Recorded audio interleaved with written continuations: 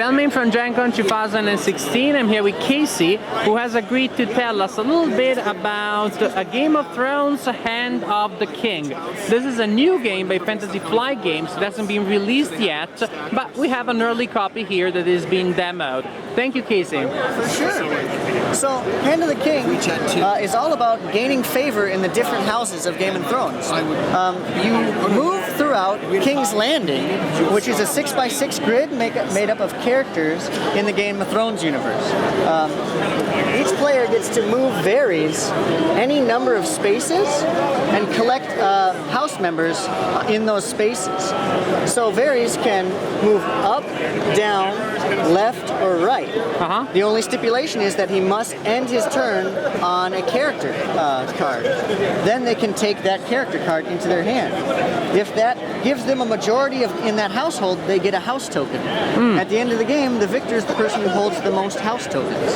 And how do you trigger the end of the game? When Varys cannot catch anybody? Yep, when Varys can no longer land on a character, then the game ends. Or if you run out of characters on the board. Yeah, sure. Is there any unique quality of the houses, or are they simply, neutral colors? Do they play the same, or are they advancing getting the majority in one house rather than another? Sure. Well, different houses have different numbers of members. Okay. So that means that higher numbers may be a little bit more swingy and hard to maintain a majority. Right. So if you collect a couple, somebody else may collect a couple and take the majority from you, and then you may take it back. Like, I see a ton of Starks, which makes sense, and not nearly as many Greyjoys, but I may not be counting them right. So but other than the number, there is no functional difference between the houses. But one of the perks is if you collect the last member of a house from the play area, you get to pick an ally.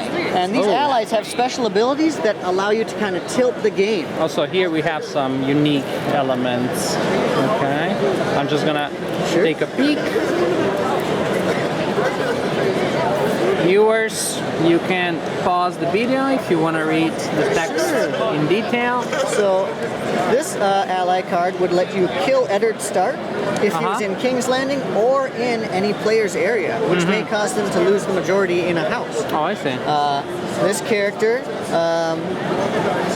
allows you to steal Bran Stark from King's Landing or another character, kind of shifting majority again. This allows you to manipulate positions of characters on the board, changing what's available to people, or maybe lining up sets for you. Gedney counts as a Baratheon character, which may allow you to tip the scales in Baratheon. So I see, this is where the theme kind of like gets a little more into the design. And I like the art. The art is very unique. These days so much game art is like brooding and intense, and I like this light approach. Let me actually turn around so I can get a good shot of the art so that people at home can get a sense. This is definitely an innovative, refreshing take on the traditional characters of A Song of Ice and Fire. Well, thank you, Casey. Thank you, Casey, for telling us about this game. When do you think it will be out? Well, hopefully the end of this year. It'd be nice if we could get it out for the holiday season. If not, it would be early next year. Excellent. Thank you. You're welcome.